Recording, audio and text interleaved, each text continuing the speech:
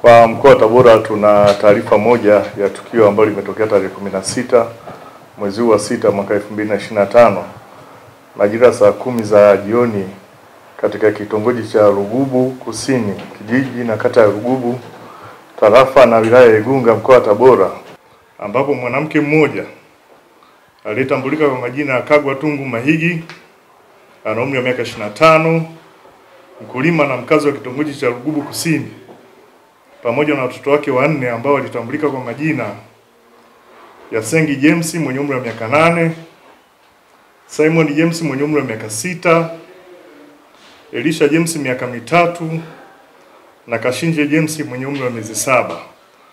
Wote walifariki dunia baada ya kunywa sumu aina ya ruruka ambayo inatumika kuulia wadudu. Chanzo ni ugomvi kati ya marehemu pamoja na mume wake, ambapo marehemu alikuwa ni mke mkubwa na kulikuwa na mke mdogo pia.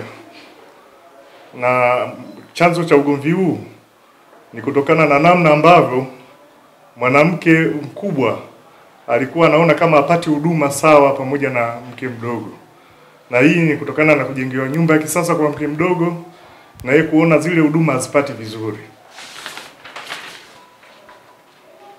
Mbinu ambayo ametumia ni marehemu kumvizia mume wake akiwa amekwenda shambani na kisha kanunua pakiti ya sumu ya kurogea kwenye kikombe cha plastiki na alionyesha watoto wake pamoja na yeye mwenyewe. Nyumbani kwa marehemu kulikutwa pakiti moja ya sumu hiyo ambayo imetumika pamoja na kikombe cha plastiki chenye sumu ambayo ilibakia. Miili ya marehemu ilihifadhiwa mochwari ya Igunga kwa ajili ya uchunguzi, na baada ya uchunguzi kufanyika imekabidhiwa kwa ndugu leo hii kwa ajili ya mazishi. Hili ni tendo la kikatili, kihalifu na lisilo na utu, lililoangamiza maisha ya watu wasiostahili kuumizwa, na pia linaondoa nafasi ya mtu mwenye matatizo kupata msaada wa kweli. Hakuna mazingira yanayohalalisha kuumiza wengine kwa sababu ya hasira, wivu au maumivu binafsi.